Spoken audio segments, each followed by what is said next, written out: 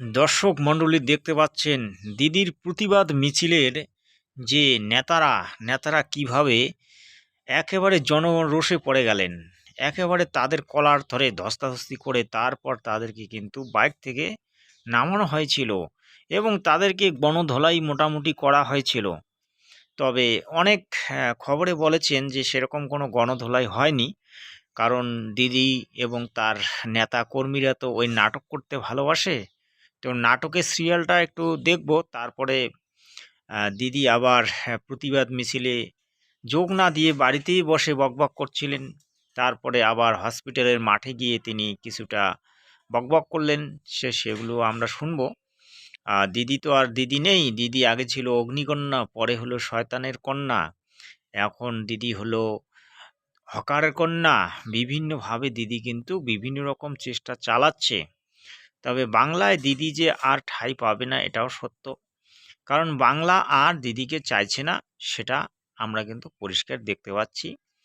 দিদি গেছে তেল আনতে, দিদি খাবে পান্তা ভাত, দিদি খাবে রসুন পেঁয়াজ। দিদি এগুলো এখন বর্তমানে করতে পারবে। তো দর্শক দেখতে থাকুন, দেখলে অবশ্যই বুঝতে পারবেন। দর্শক এবার দেখুন দিদির কাণ্ডবৃত্তি। थोड़ा पीछे गाड़ी आने का रास्ता दिए, थोड़ा पीछे चलिए ना।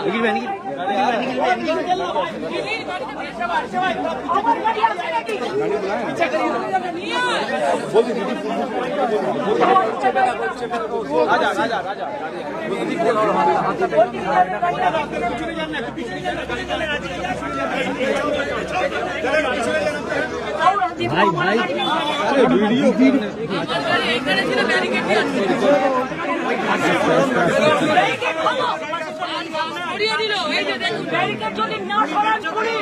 পুলিশ গাড়ি দিচ্ছিল হসপিটালে যাওয়ার জন্য।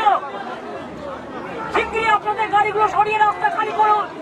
এই যে দিদি, এই যে বলছে যে পুলিশ ইচ্ছে করে আমার গাড়িটা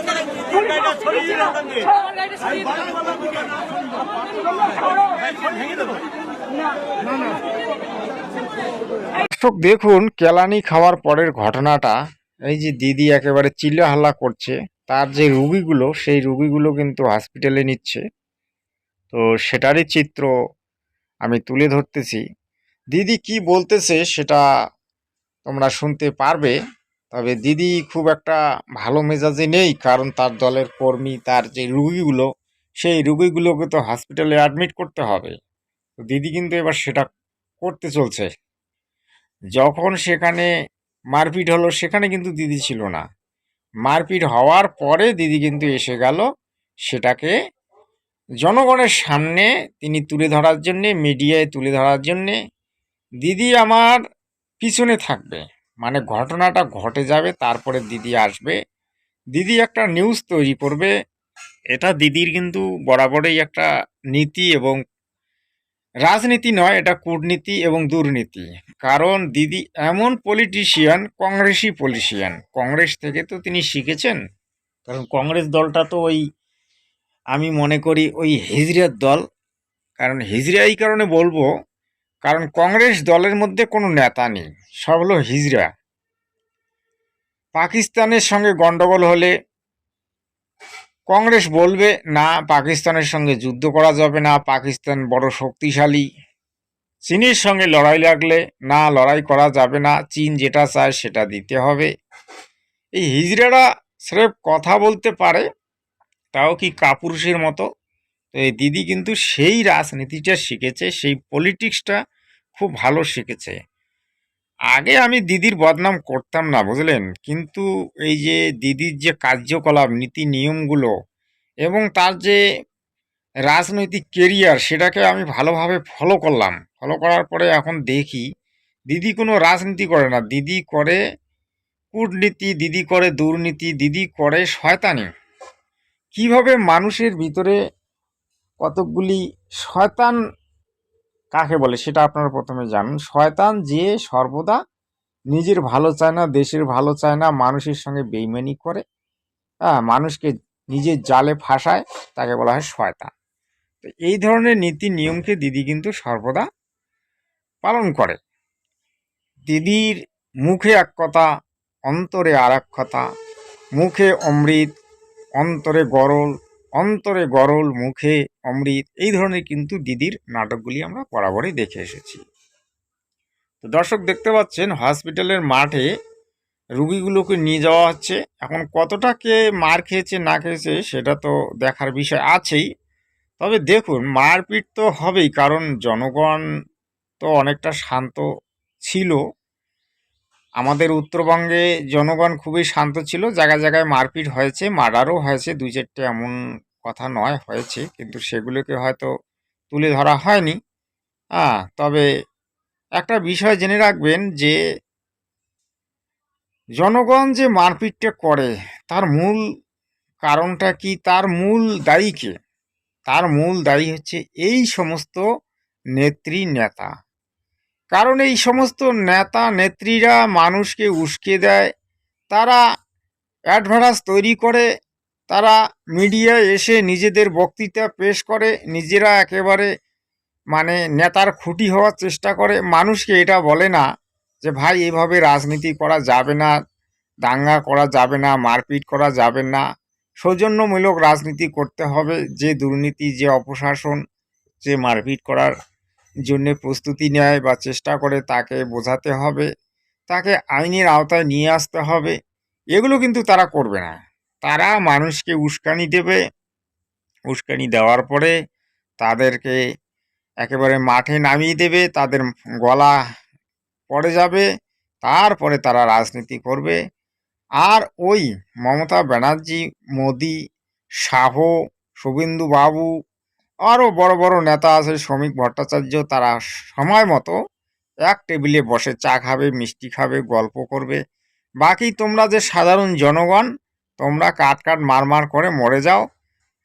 আজকে ভাই ভাই হানাহানি কাটাকাটি, কাকা ভাইস্তে হানাহানি কাটাকাটি, তারপরে মামা ভাগিনা হানাহানি কাটাকাটি, মা বোনের হানাহানি কাটাকাটি, এগুলো কারা তৈরি করলো?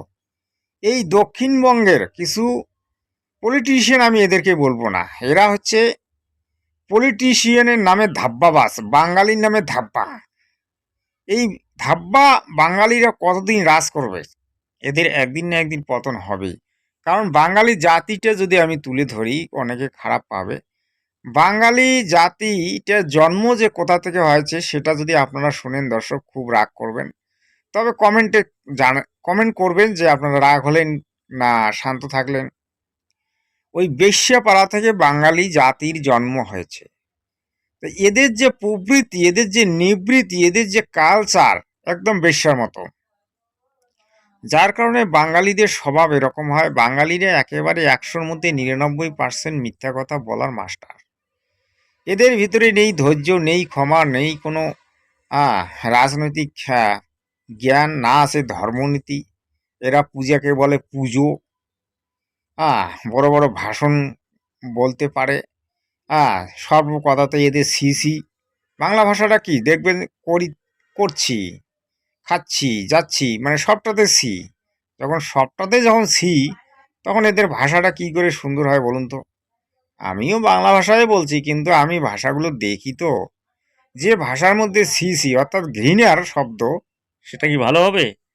তো এই যে দিদির কার্যকলাপ দেখুন, দিদি যে কাণ্ডকীর্তিগুলো করলো, সেগুলো কিন্তু মানুষের সামনে যে আমরা কতটা ভালো, আমাদের উপর কীরকম অন্যায় অত্যাচার হচ্ছে, আমরা কি করতে পারি, আমাদেরকে ঠকানো হলো, আমাদেরকে ঠগিয়ে শুভেন্দুবাবু মুখ্যমন্ত্রী হলেন এবং বিজেপি ভোট লুট করে বিজেপি জিতে গেলেন, এগুলো মমতা ব্যানার্জির আজগুবি বা ফালতু কথা। দেখুন, মমতা ব্যানার্জি আজ পর্যন্ত রাজনীতিতে এসে যে সমস্ত কথাগুলি বলেছেন, সেই সমস্ত কথাগুলি যদি আপনারা একটু গভীরভাবে দেখেন, দেখবেন যে 100-র মধ্যে 90% তার মিথ্যা, এবং পলিটিক্সকে রক্ষা করার হেতু, পলিটিক্সকে বাড়ানোর জন্যে এবং রাজনৈতিক কেরিয়ারকে বাড়ানোর জন্যে তিনি এই সমস্ত কথা কিন্তু জনগণের সামনে তুলে ধরেছেন। মানুষকে সে উস্কানি দিয়েছেন, মানুষের মধ্যে বিভেদ সৃষ্টি করেছেন তিনি রাজনীতি করেননি, তিনি বাংলাকে ধ্বংস করার জন্যে, বাংলার মানুষকে শয়তান হিসাবে দেখানোর জন্যে, বা তিনি দেখিয়েছেন। দেখুন আজকে তৃণমূল কংগ্রেসে যতগুলি নেতা আছে, নেত্রী আছে, সবগুলোই তো চোর, সবগুলাই চোর, সবগুলোই মানুষের জনগণের টাকা খেয়ে খেয়ে একেবারে ভুঁড়ি মোটা করেছে, 10 তলা থেকে 50 তলা বিল্ডিং বানিয়েছে।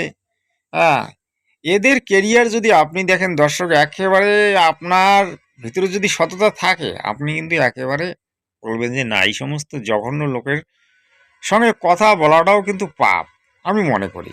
কারণ অন্যায় যে করে, অন্যায় যে সহে, তব ঘৃণা তারে তৃণ সমুদায়ে। তাই আমি বলছি যে এই মমতা ব্যানার্জির যে কার্যকলাপ, সেই কার্যকলাপের ভিত্তিতে আমি বলছি মমতা ব্যানার্জির ফাঁদে পা দেবেন না, নাহলে একেবারে নিঃস্ব হয়ে যাবেন। বাংলায় মমতা ব্যানার্জির রাজত্ব চলবে না, শেষ হয়ে গেছে। উত্তরবঙ্গ তো একেবারেই মমতা ব্যানার্জিকে আর চাইবে না। আর দক্ষিণবঙ্গের কিছু কিছু ভাড়ুয়া মমতা ব্যানার্জির সঙ্গে সাথ, মমতা ব্যানার্জিকে সাথ দেয় বা মমতা ব্যানার্জির সঙ্গে আছে, এই ভাড়ুয়াগুলো থাকবে। এই ভাড়ুয়াগুলো তো হচ্ছে ভাড়ুয়া, তাই এরা থাকবে। দর্শক, এখানে রাখছি। যদি ভালো লাগে অবশ্যই কমেন্ট করে জানাবেন। ধন্যবাদ।